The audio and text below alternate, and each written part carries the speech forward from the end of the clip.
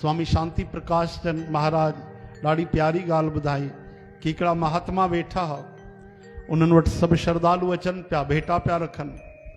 कोई फलनि जी टोकरी पियो रखे, कोई पोशाक पियो रखे, कोई धन जी सेवा पियो करे, कोई कुछ पियो रखे। हिकिड़ो माण्हू आयो अजीबो गरीब, ॾाढे प्रेम सां उन्हनि भाव सां प्रणाम कयो ऐं संतनि जे साम्हूं हिकिड़ो मितेरो रखियो। माण्हू चवण लॻा कमाल आहे, कहिड़ो माण्हू आहे। अरे ठीकु आहे, हिनखे सब्जी रखणी त कम से कम पाव खनि मितेरा त रखे हा, कोई कहिड़ा सोन जे अघ में। टमाटा थोरी न 200 रुपया किलो थी आहिनि, उहे बि 30 थी विया, त कम से कम मुट्ठी भर त रखे हा। ये कहिड़ो चरियो आहे, हिकिड़ो मितेरो रखियो अथई।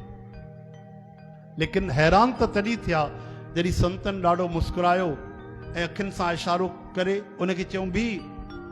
संतनि छा कयो, चयो हरे राम। उन्हनि वटि जेको ढेर पियो सब्जी फलनि जो, उन्हनि वरी हिकिड़ो मटर खयो ऐं उहो उनखे ॾिनो। हिकु मटर, सब्जीअ जो जेको मटर न थींदो आहे, आलू मटर जी पनीर मटर जी सब्जी खाईंदा हूंदो, उहो मटर खणी करे उहो संतनि उनखे ॾिनो, श्रद्धालुअ खे। हाणे तो संगत जा 12 वॼी विया। बाबा जी हिकिड़ी ॻाल्हि चओ भाई, हो त नामुराद आहे, हुनखे त हलो ठीकु आहे, पतो न आहे केरु आहे, काथों आयो आहे, अलाए अकुल अथसि अलाए न, उन त हिकिड़ो मितेरो रखियो। तव्हां बि वीचारे खे हिकु मटर ॾिनो, मुट्ठी भरे त मटर ॾियो आहे उनखे। तॾहिं संतनि चयो हो नामुराद न आहे, हो ई मुराद वारो आहे। हुन मितेरो न रखियो आहे, हुन सांकेतिक असां सां हिकिड़ो सौदो कयो आहे, कोई वचन ॾिनो आहे। असां बि उनखे मटर न ॾिनो आहे, असां बि हिकिड़ो सौदो कयो आहे, उनखां ज़बान वरिती। चई बाबा तव्हां त कुझु ॻाल्हायो ई कोन। चई इहा ई त भाषा आहे महात्माउनि जी। त असांखे सम्झायो।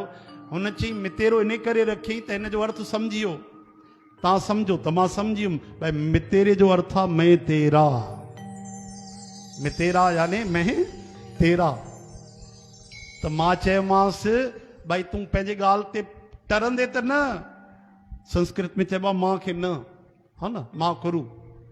संस्कृत में मां शुच, चिंता न कर, न थी वेंदो आहे।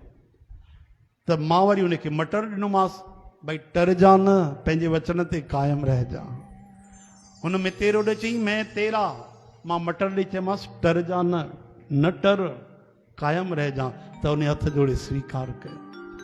तॾहिं चवंदा आहिनि महात्माउनि संतनि जी भाषा ये संत ई ॼाणंदा आहिनि भाई। बोलो वृंदावन बिहारी लाल।